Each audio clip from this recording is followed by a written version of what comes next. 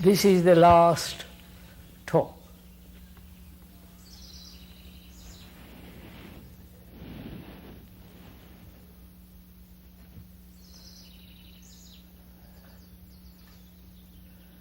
We have been talking over together the last 5 gatherings here, apart from the discussions, whether it is at all possible to bring about a good society. That has been our chief concern in our talks. With our human mind, which is very old, which is so heavily conditioned, whether it is possible for it to radically undergo a transformation, a change, a mutation. Because the society in which we live is so frighteningly destructive. It's becoming degenerate before it's at all mature. And one wonders if one is at all serious, and one must be serious under this present psychological crisis, whether it is possible to be a totally good human being. Because a good human being creates a good society. Society isn't created by itself. It comes to being through the activities of the human mind. And we have been talking over together during the last 3 weekends, and this is the last one, about many things which affect our daily life. Fear, pleasure, and anxiety, loneliness, and the sense of great depression, sorrow, which we all know. And yesterday morning we talked about order, love, compassion, and the very complex problem of death.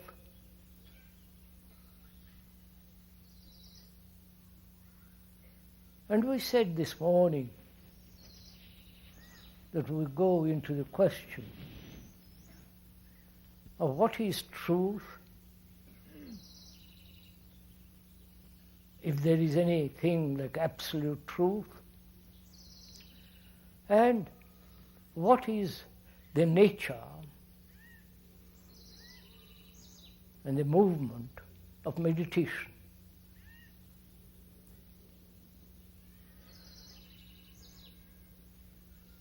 We're apt to think that meditation is something apart from our daily life. Give 20 minutes during the day to sit quietly or whatever one does, and the rest of the day do all the mischief you can.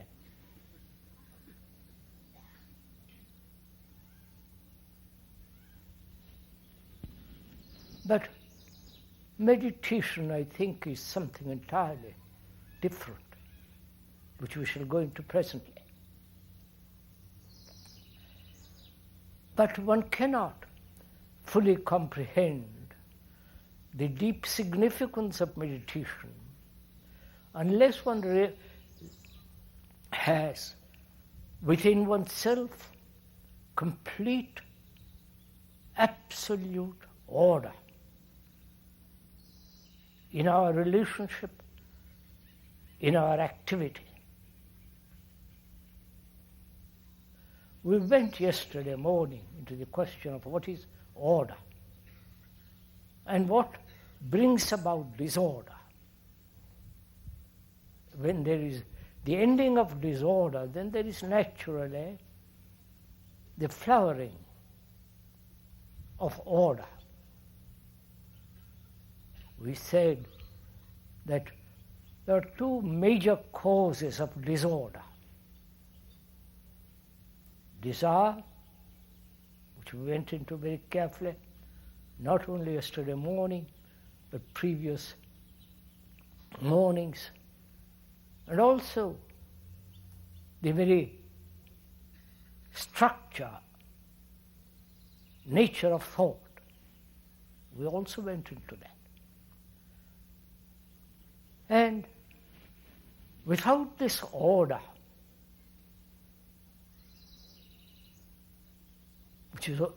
which has its quality in its expansiveness, it's an order within a certain area, order throughout our whole life, in all our activities. An order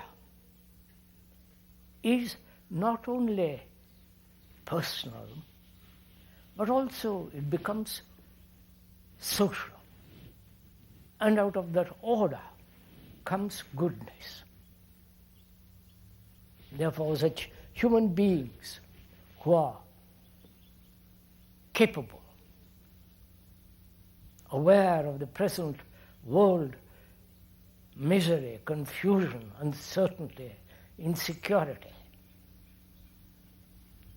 such serious human beings must inevitably inquire into this order, which must not be merely relative, circumstantial, environmental, but absolute order.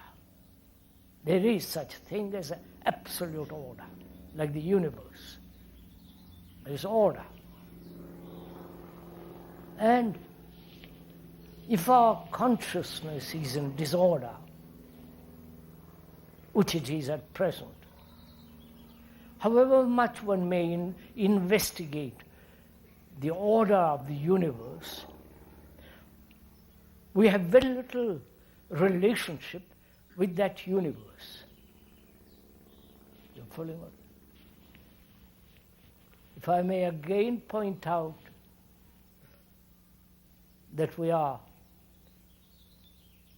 thinking together, that one is not listening merely to a speaker,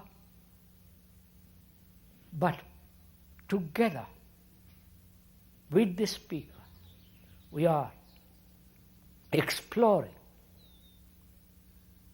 into the nature of order, which we did yesterday morning, and the futility of inquiring into the universal order, cosmic order, is merely becomes theoretical, telescopic, and not actual. But if one has this absolute order in one's life, then one has a relationship with the cosmic order.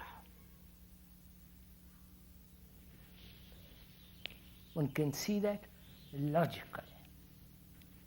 But most of us, though we may intellectually comprehend the meaning of the word, the clarity of the statement, but to bring about such order in our lives seems almost impossible, because we are not concerned with the mutation of our consciousness, of our minds. So, this morning, we are going to inquire together the question of time, space, and whether there is anything which thought has not touched upon. Following me. Time, space, and whether there is a state of mind, a state of consciousness other than this, which is not put together by thought. We'll go into it, I'll explain as we go along.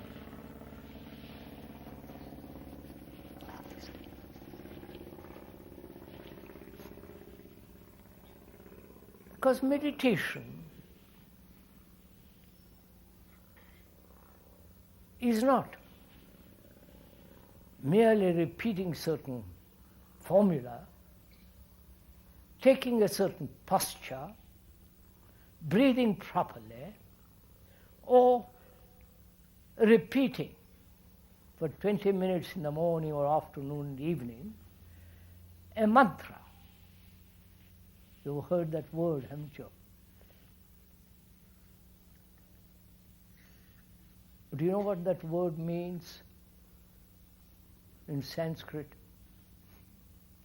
No, probably you do not. It means actually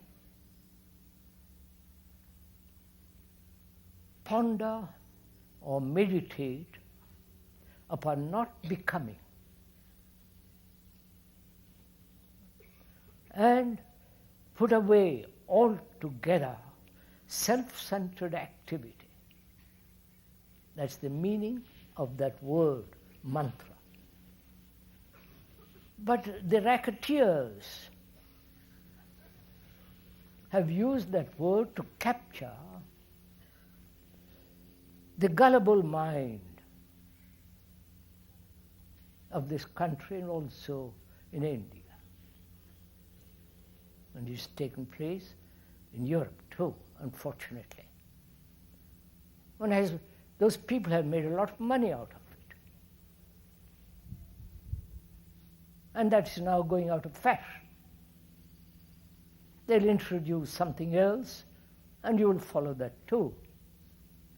Because we do not understand, I think, the fundamental nature of meditation.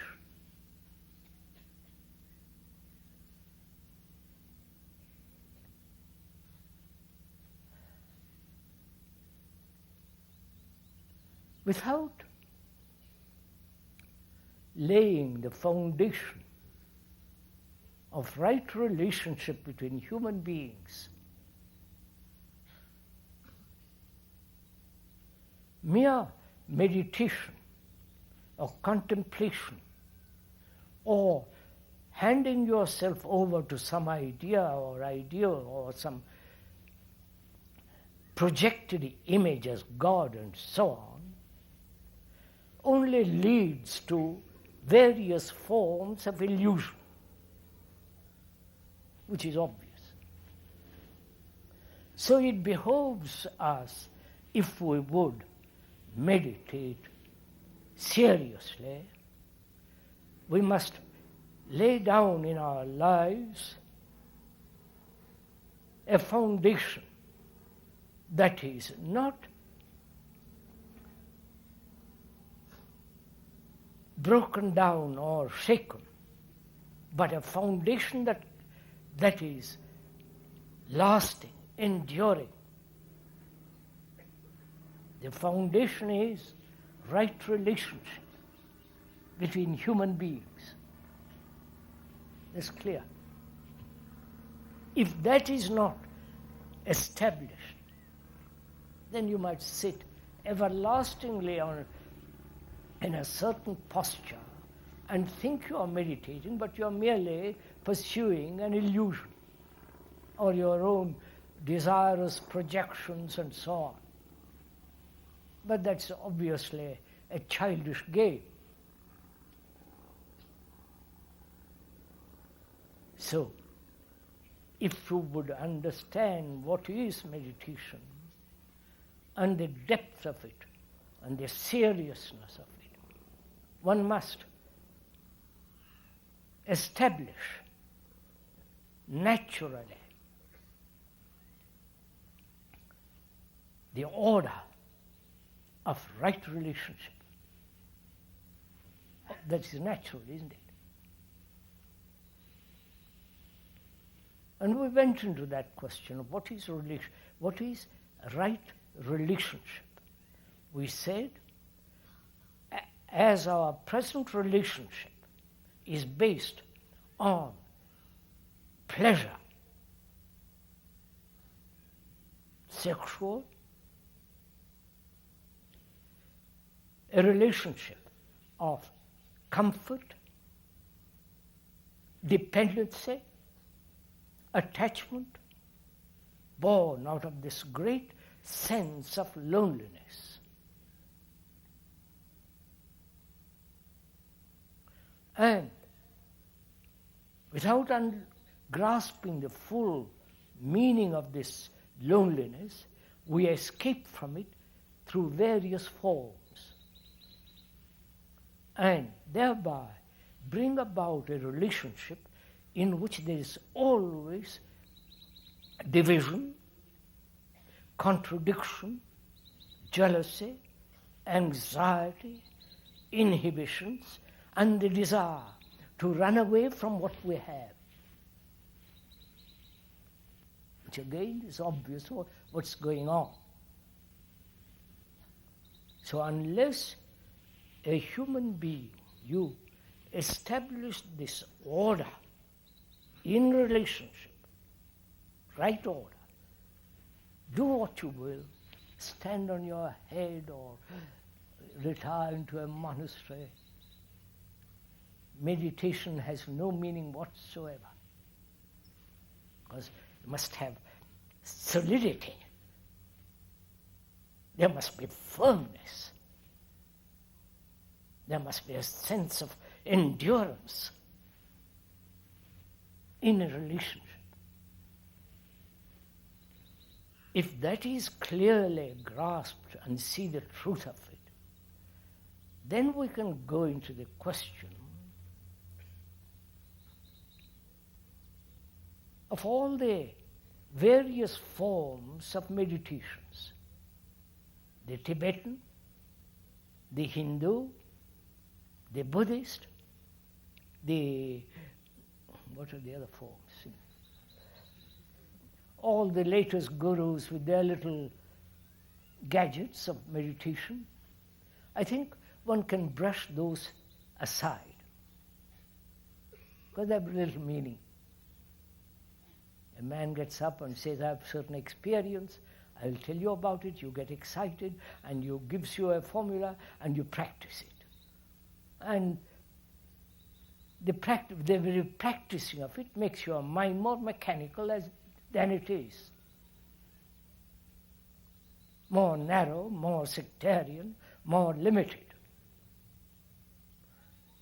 We can brush all such forms of meditation because they lead nowhere, because they are not based fundamentally on a right relationship within human beings.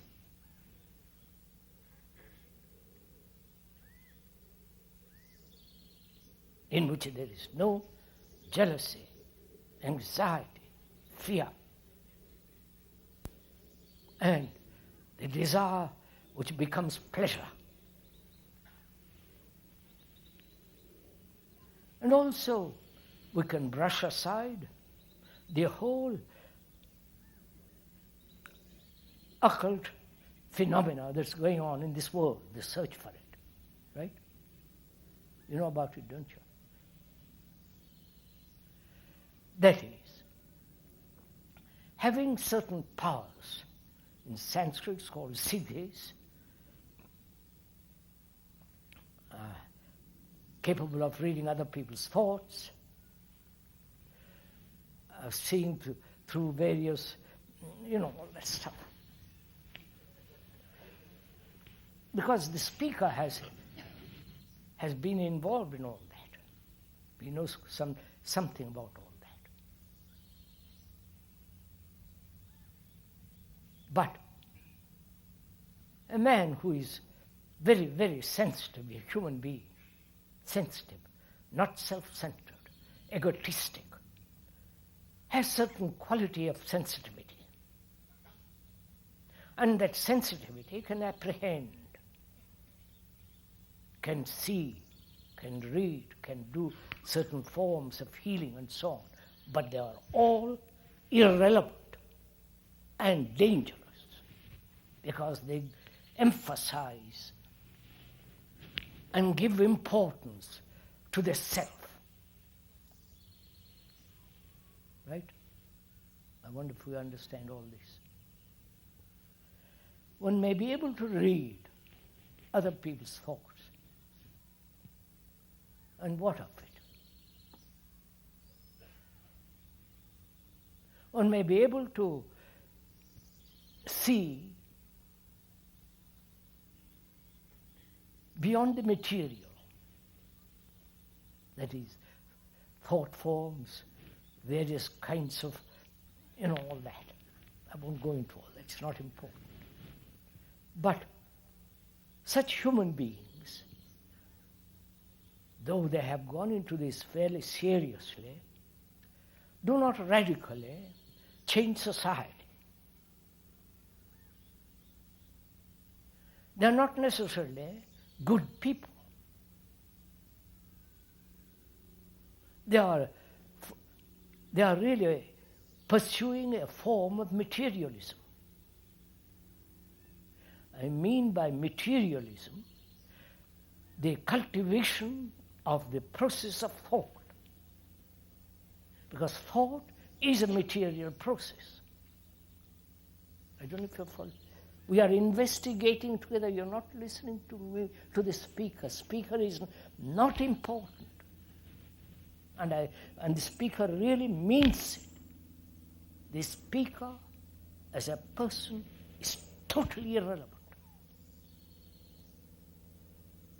What is important is that you and the speaker investigate together, think together, have one mind together. Then if we have one mind, we can act together. We can bring about a different society together. So the speaker is totally irrelevant.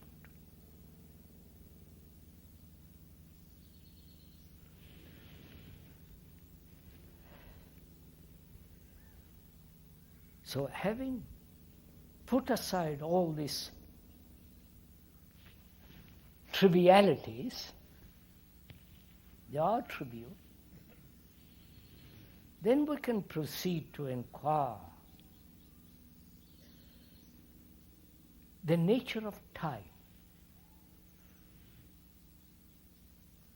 Because to us, time is very important. Time by the watch, time as yesterday, today, and tomorrow, time as achieving a result, acquiring a technique, learning a language, going from here to there physically needs time. Right? That is, chronological time on which we must depend. It is necessary. Otherwise you and I wouldn't be sitting here.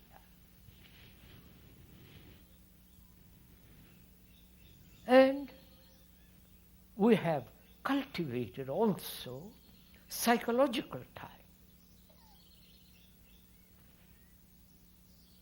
That is, one is this, one needs time to become that. One has not knowledge, and you require time to have information, to gather information. One is angry, lonely, anxious. To get over that, we think psychological time is necessary. You're following? That is, one is ignorant of oneself, the very movement of the egotistic central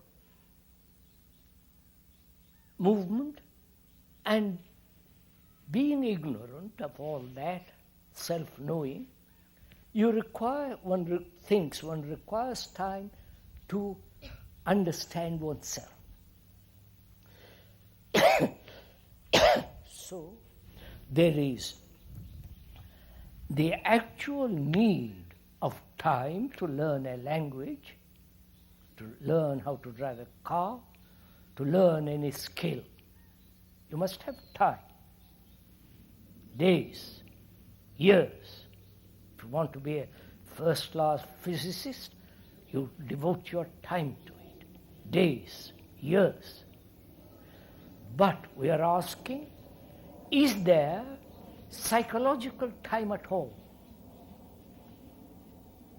You understand? Please, this is very important to understand if you want to go into things seriously. If you don't, it's all right. 2, if you want to go into this question, whether this idea that one needs time to evolve, evolution is based on time. Evolution of the acorn into a tree, into an oak tree, needs time. It will take many years. And perhaps that same concept made out of a fact, that is, an acorn needs time to become a full-grown tree, that the fact made into a concept,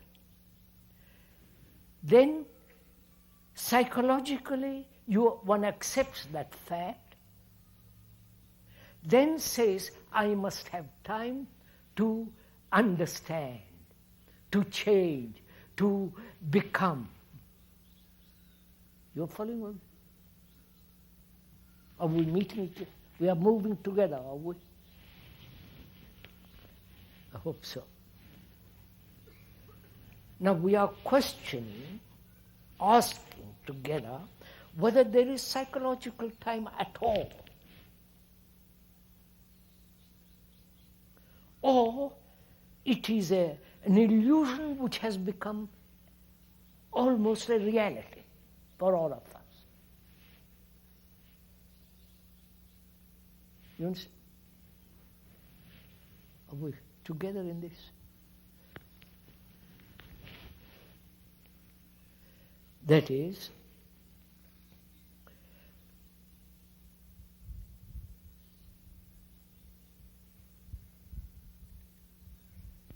our idea of hope is based on that. That is,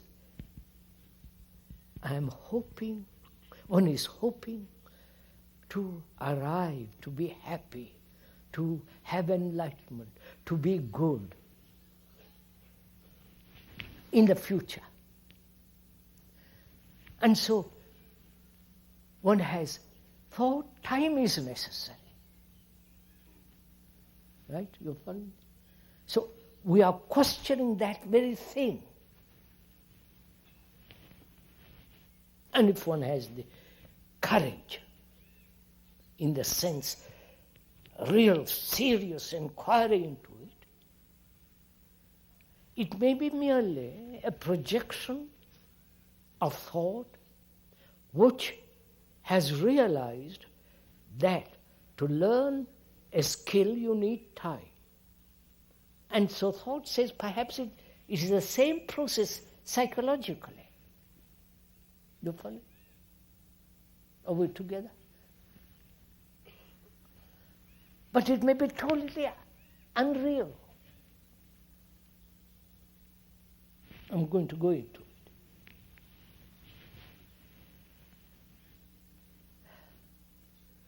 That is,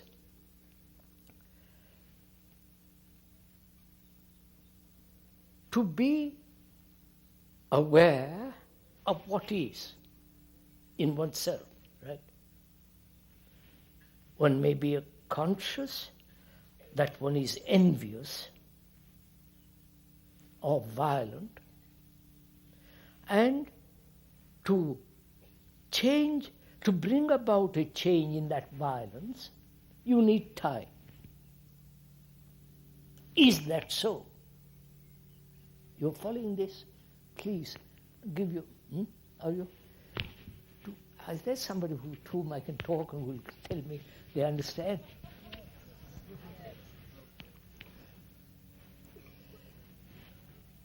One is violent, which is a psychological urge from various forms of inhibitions, frustrations, and also the observation of a rotten society, desirous of changing through blood, which obviously is impossible, and cruel. So, being violent, one says, I need time. One needs time. Is that time necessary? You follow?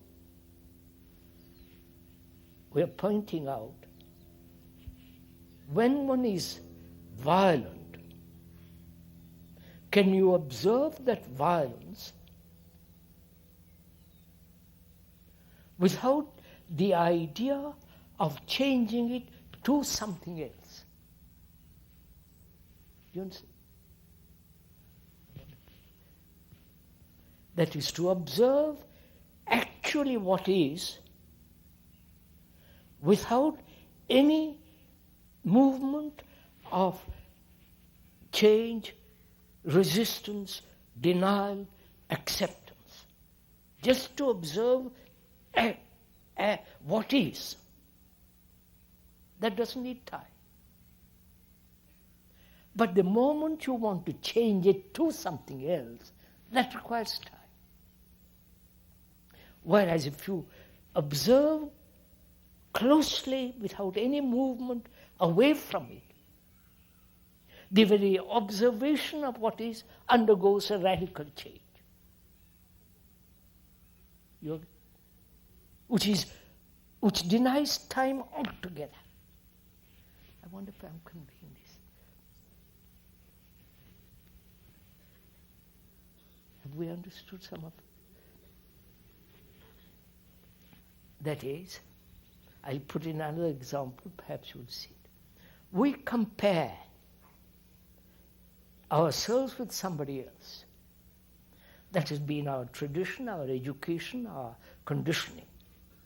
This comparative observation, comparative effort. Comparison implies measurement. Right? The more or the less. Now, can you see the consequences of comparison logically, which is You are comparing yourself with somebody. Therefore, you are not important, somebody else is important. So you are always imitating that, and therefore there's great deal of frustration, anxiety, jealousy, and so on. Now, can you observe comparison, the whole movement of comparison, and end it instantly, not let it carry on? The carrying on of comparison needs time, implies time. Right? Are you seeing this? I wonder you don't. Right. Let me take another example, which is human beings right throughout the world are attached, dependent, attached to another human being. The consequences of that attachment is misery, anxiety, jealousy, hatred, anger, and division. Now, to be free of these consequences, which are dangerous in human relationship, to see that the total implication of attachment, and to not allow time to say, for the mind to say, I'll get over it. But the very observation of that attachment, which is what is, without any movement away from it, then what is undergoes a deep change. You observe it, because when you observe what is, you are giving your whole attention. Right?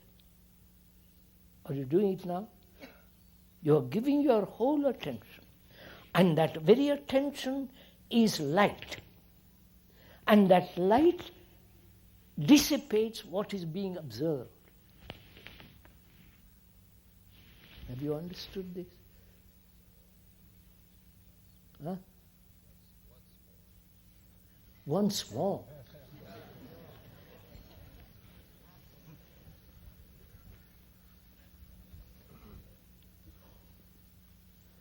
So, see, we're inquiring into the nature of attention. I put it that way. That's part of meditation. We are inquiring into the nature of attention. And to attend now. Attend to what is. Right? The what is your problem. Right? Emotional, sexual, intellectual, mathematical, whatever the problem is. To attend to it totally and not allow the problem to go on till the next day, which is time. You follow? I wonder if you see. So when you attend completely to the problem, psychological problem, completely, then you will see that all that energy which has been dissipated by time, which is, I must get over it, I must suppress it, I must run away from it, and so on, all that energy is now concentrated in that attention.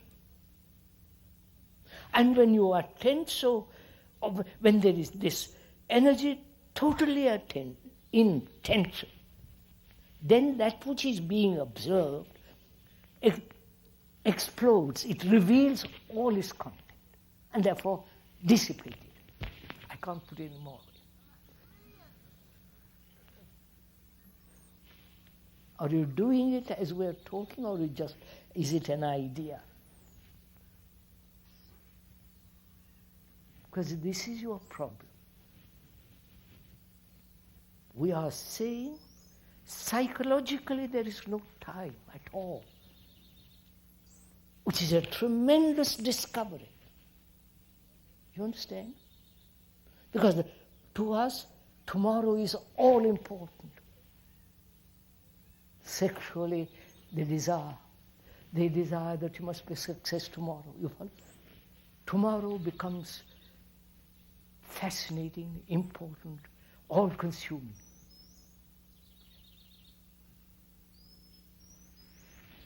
And so, psychologically, we are saying there is no time at all. Can you face that? We were discussing this with some friends some time ago, last year. And the person said to me, my God, if there is no tomorrow, how am I going to meet my husband? Which is, watch the whole phenomenon. You understand? Do you understand? Did I explain that statement? Physically, psychologically, if there is no tomorrow, what am I? You understand?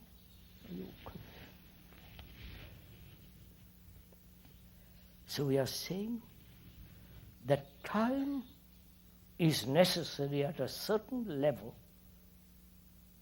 and at psychological dimension, there is no time at all. Time is necessary to learn a skill. And there is no time at all when you observe what is. That is what's going on, happening in yourself. And to attend to that completely is to dissipate what is. That needs no time. This is a little more complex because time is movement, right? Time, going from here to your house needs time. 10 minutes, an hour, 2 hours, time. And also, we think we need time to become happy. And we are saying there's no such thing as time. Time as movement must end psychologically. That's part of meditation. And also, time involves registration.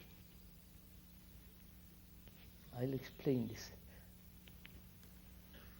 Our brains are registering all the time, aren't they? You have an incident, a happening, and the brain registers what is happening. Right? You can go on with this? You're following this? Like a computer, you program it, and it will tell you what you have told it, and you can switch it off anytime you want. But our brains are not quite like that. It registers, and you can't turn it off.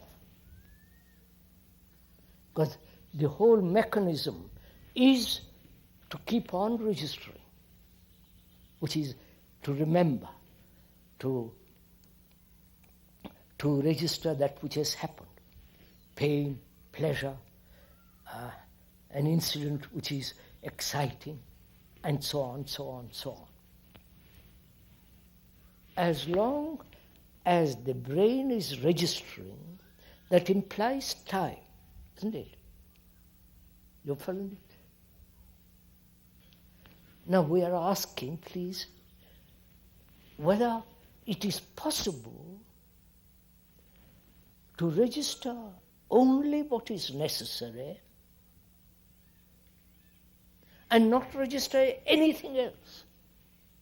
You understand? Are you following on this? We are inquiring together, please. Say, for example, someone psychologically hurts you, right? You know that. Most people do. So, that hurt is registered in the brain. Thought has created the image of you being important, and when one says something derogatory to that image gets hurt. That hurt is registered. You follow? Like a person who for 60 years he has held a particular hurt. You understand? As most of you do. It may not be 60 years, maybe 10 days. It's the same thing. Now, not to register that hurt at all. You understand? First, the question, that is, you are being hurt by an incident, by a statement, somebody calling you not a nice person, or this or that, and the image which you have created about yourself gets hurt. That hurt is part of the brain, part of the thought, which says, I'm hurt. Right? So there is this registration of an incident in time in the brain. Got it? Now we are asking, is it possible not to register that hurt at all?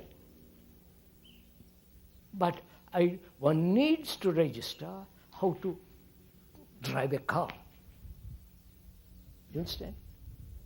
To learn a language. But why should there be the registration of your hurt?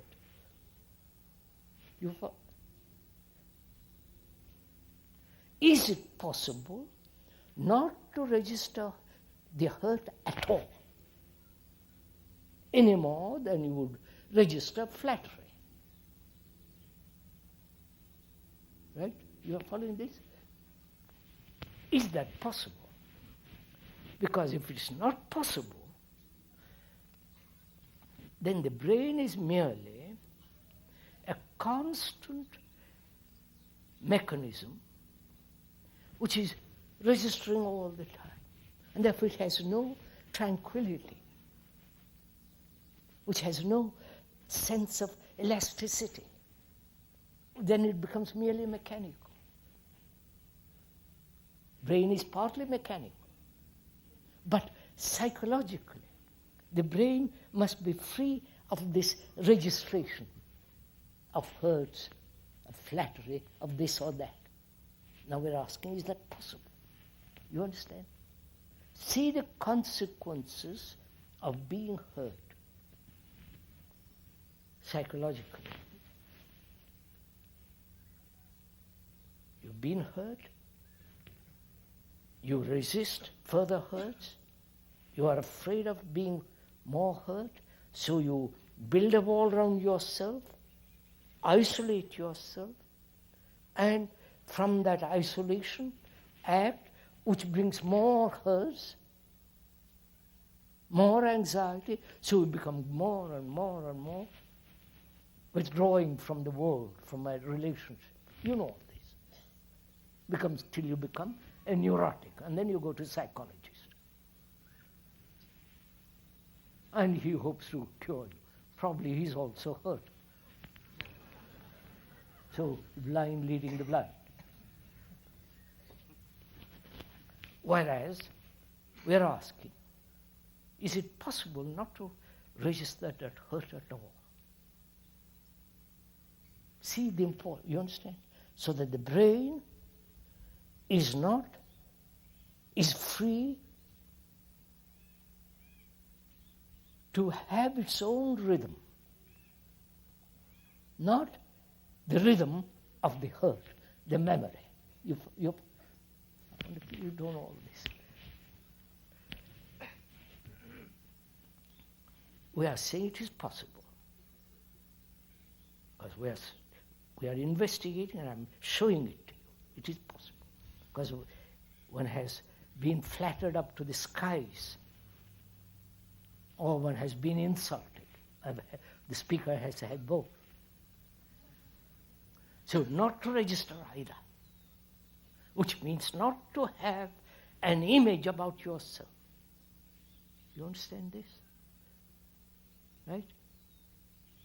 Now, to be free of that image, one says, I must have time. Whereas if you see the fact that you have the image and the consequences of that image and the result of that image, then see the whole of that, give your whole attention to that, it dissipates. You understand? Do it. And you will discover for yourself, psychologically, the brain need not register, but only register what is physically necessary. Right? So that the brain, I mustn't go into this, so that the brain is not under constant pressure of the past.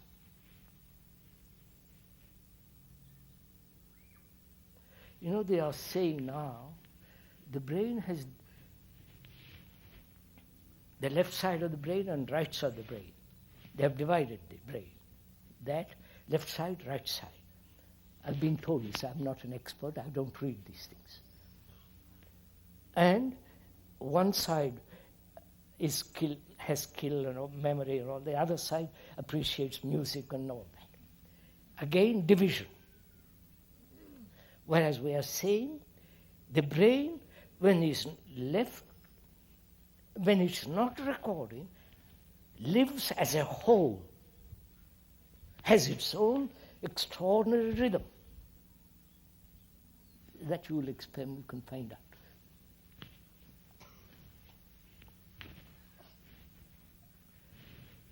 So that's one of it. Then we must inquire also into what is space. Because it's important to find out what is space. For us, space is from the center to the periphery. Right? You understand am I using the English language all right? You are understanding each other? You have a center, which is you, your ego, your conclusion, your belief, your center. And from that center to the periphery, there is space, which thought has created. Right? And we live in that. That's our life. And so, that space is very limited. Right? As long as there is a border, a frontier, there must be space and therefore always limited. You're following this? Please follow this little bit. This is important. Because part of meditation, what we are doing is part of meditation. I'm not going to say, the speaker is not going to say at the end, meditation. This is part of meditation because we said right relationship, time, and now we are inquiring time, which is a part of registration, the capacity of the brain to be free from the psychological pressure of time. And therefore, still talking of the brain, most of us have dreams, right? Why?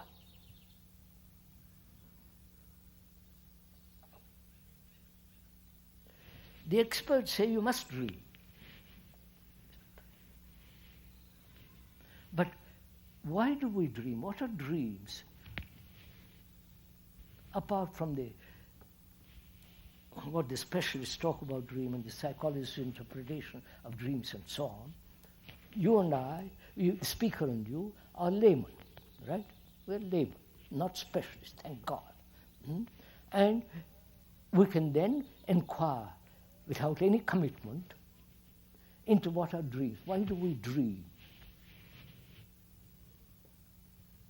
Because this constant activity of the brain, you understand, must be very, very destructive to the brain.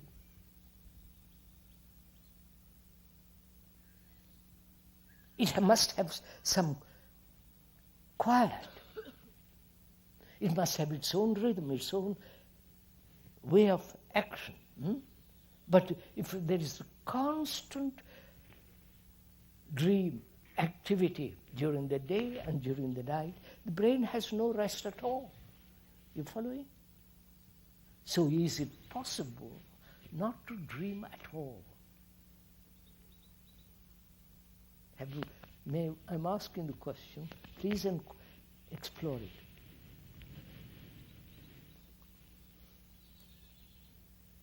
Apart from the rhythm of the brain itself, which it has, and I'm sure the expert would agree to that too, but we're asking, apart from that, why do we have to have dreams at all? Is it possible not to have this constant movement, right? Constant activity during the day, during the night. The brain has no rest.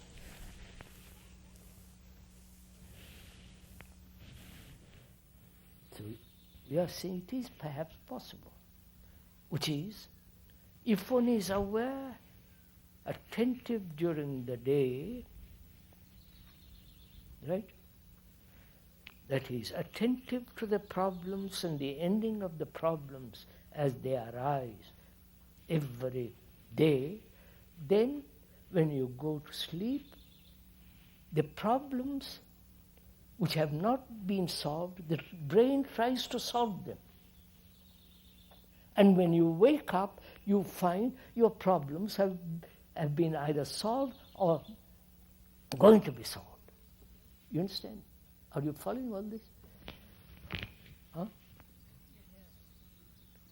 So we are saying, solve every psychological problems and perhaps other problems as they arise and end. And not take it over. Not allow the brain taking it over while there is sleep.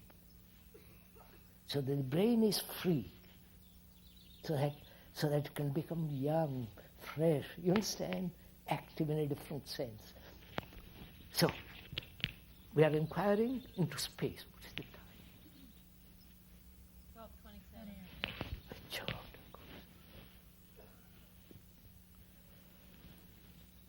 Because one must have space. When you are crowded in a city, as most people are, living in a small flat,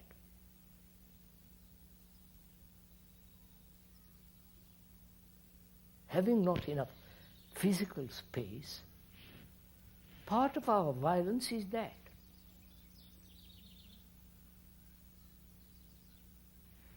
And if there is no space in our mind, in our heart, space, then being crowded with so many other factors, then from that lack of space you have violence, psychologically. Lack of space brings about various forms of inhibitions and anxieties and so on. So it's important to find out if you can have space without the center. You understand my point?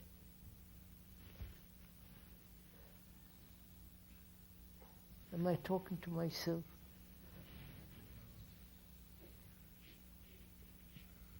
Look, isn't your mind occupied all the time with something or other? Yes?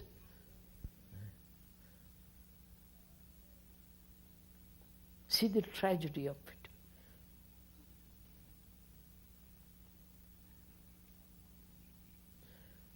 If you're a housewife, you're occupied with, a businessman occupied, a physicist occupied, personal problems, political problems. It's constantly has no space but occupied. You understand? Now, can the mind not be occupied?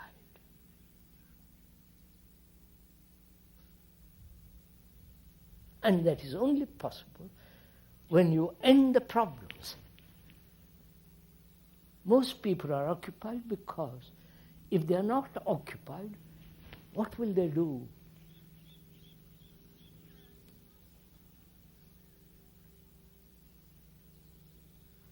Either they want to be entertained,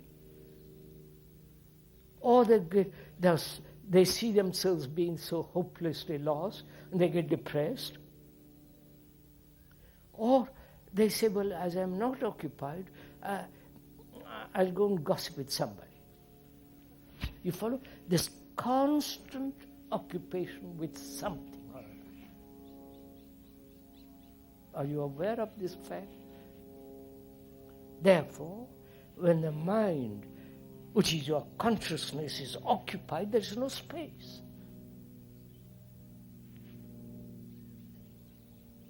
And therefore, it's only in space something new can come into being. You understand? And that space cannot be created by thought.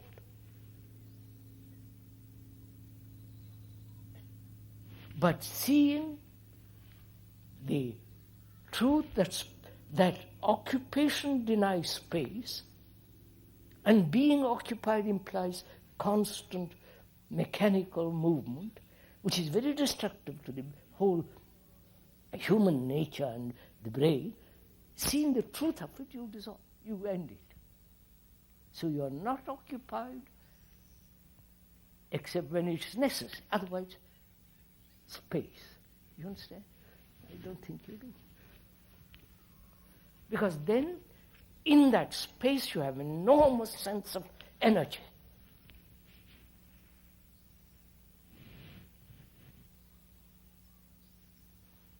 That energy is not the energy of self-centered activity. Right? Hope you understand all this. So now we have gone into this question. Relationship, time, not registry, and space. The next question is, why has man, human beings, always talked about religion?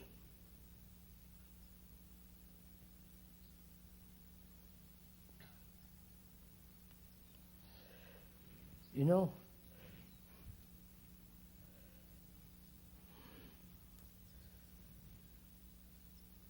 I must tell you something.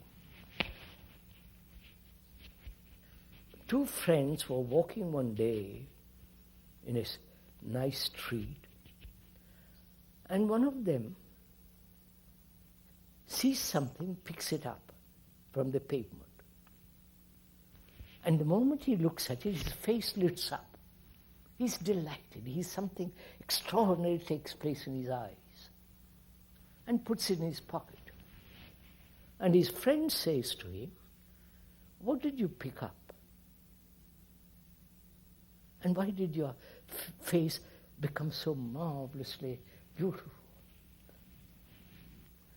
And the friend says, that was truth I picked up and put it in my pocket. I'm going to keep it. It's a marvelous thing. And the friend says, let us organize it.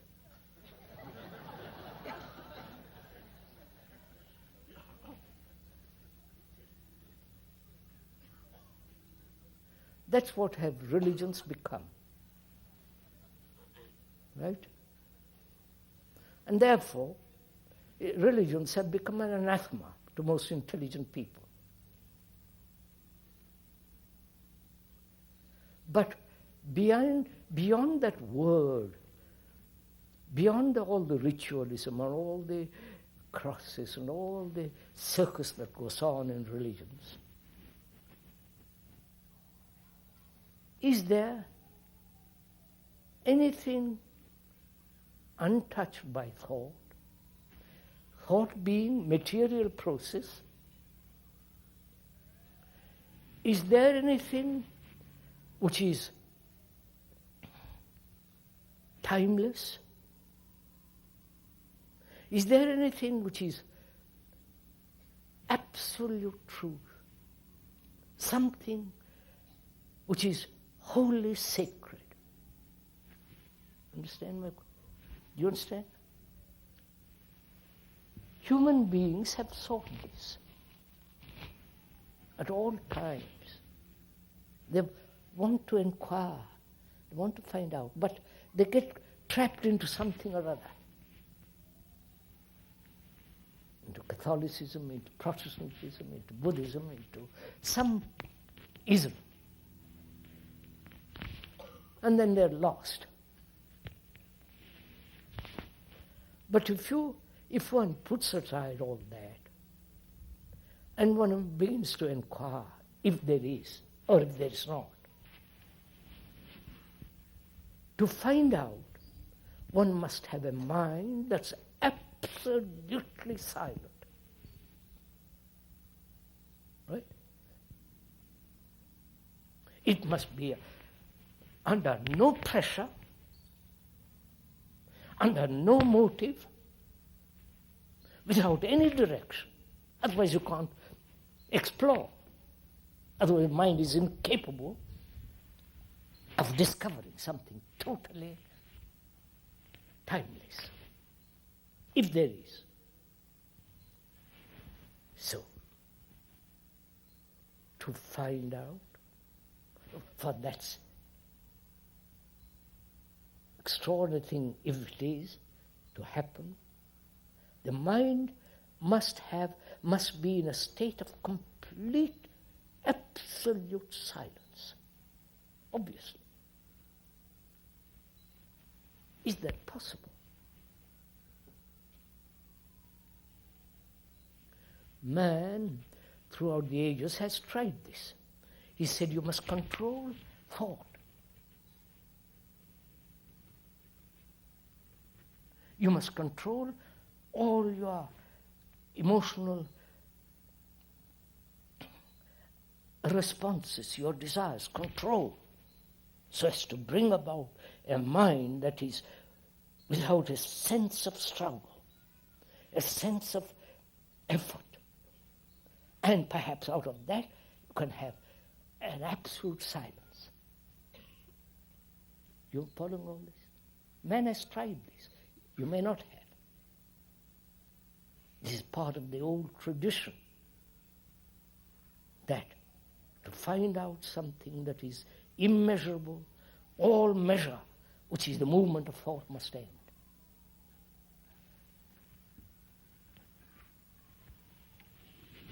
Now we're asking,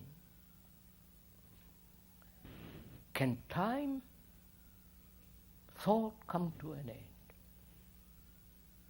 Not science fiction time and space, but time, as we have explained, which is the movement of thought.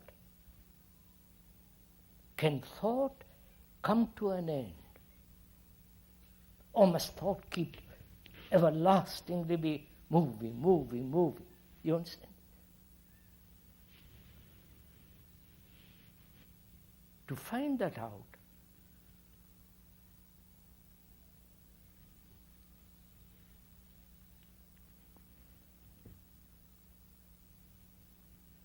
you must understand, as we did, went into the nature of thought, which we did.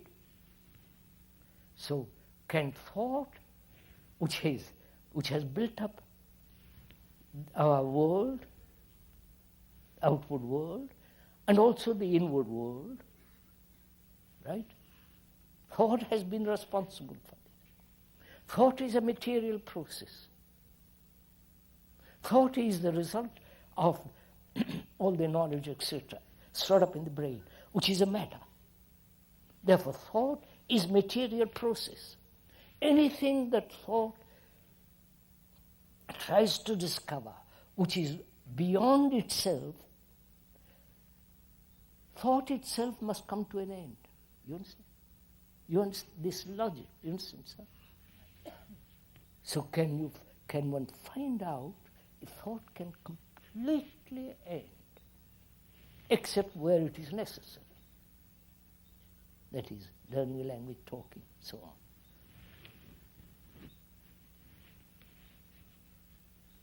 How will you find out? How will you, inquiring if there is something beyond all this confusion, misery, sorrow, this travail of humanity, of which one is, to find out if there is something that thought has never touched? How will you find out?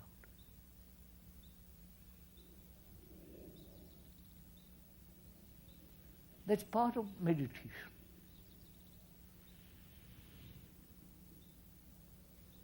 Not only to have the body absolutely quiet, absolutely, and also to have a mind that is not occupied with anything.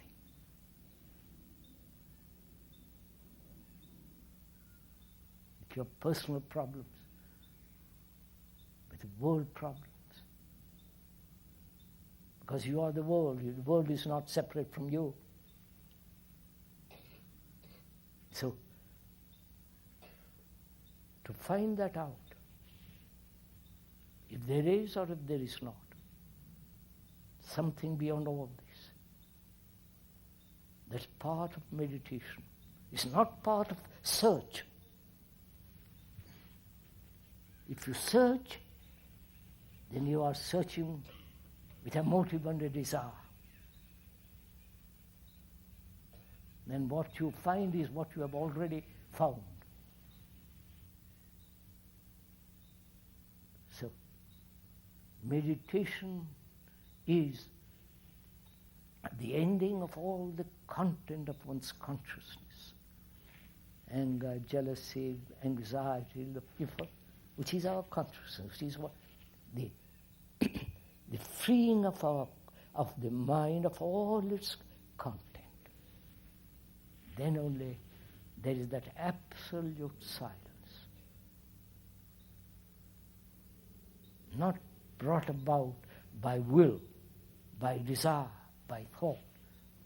Then only is possible for something that which is not put together by thought can come into being.